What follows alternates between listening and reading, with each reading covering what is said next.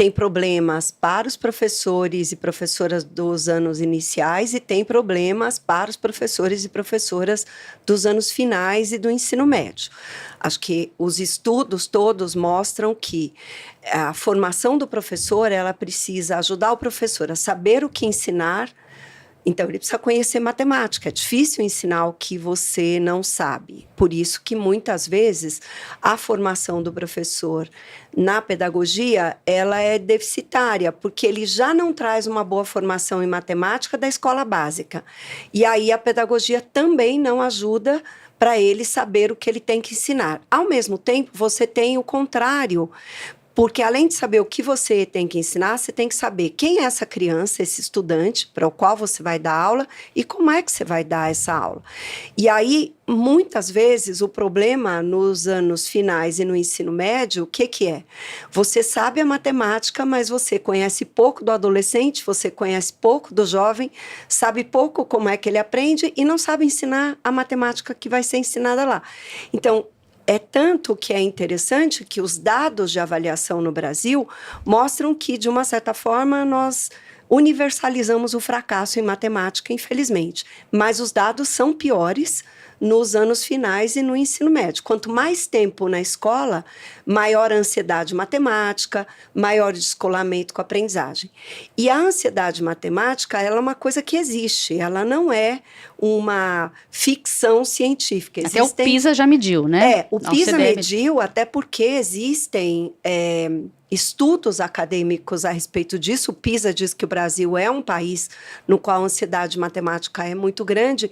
E, Renata, um fator interessante é que muitas pesquisas mostram que ela começa primeiro no professor, primeiro na professora. E aí a professora que teme ensinar ou teme mais do que isso, que o aluno não aprenda, muitas vezes a aula dela transmite essa ansiedade. Por isso que quando nós pegamos, né, uma experiência de preparação, discussões que Mentalidades Matemáticas traz são muito importantes.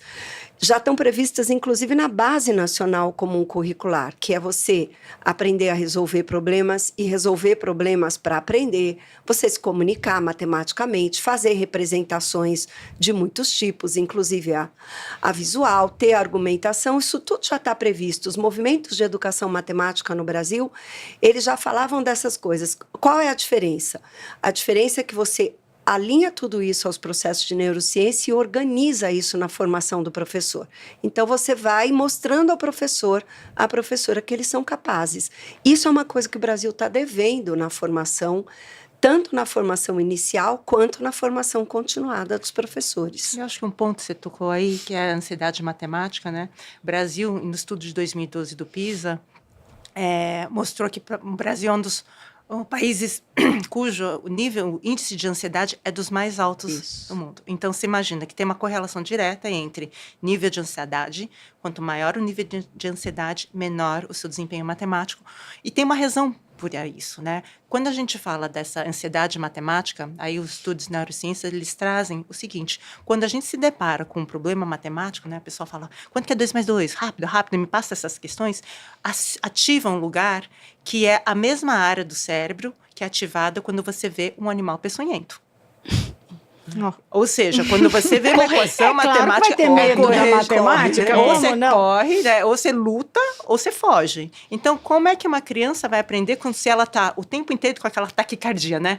Que alguém vai me morder se eu não responder essa questão matemática. Então, a ansiedade matemática é uma questão séria, muito estudada, e por isso que a gente fala dessa questão da psicologia, trazer mentalidade de crescimento, trazer esses dados da neurociência, porque quando a gente instrumentaliza tanto o professor com a criança, quanto a criança com esses dados, eles começam a entender como é que funciona o seu próprio cérebro e o que elas precisam para aprender mais.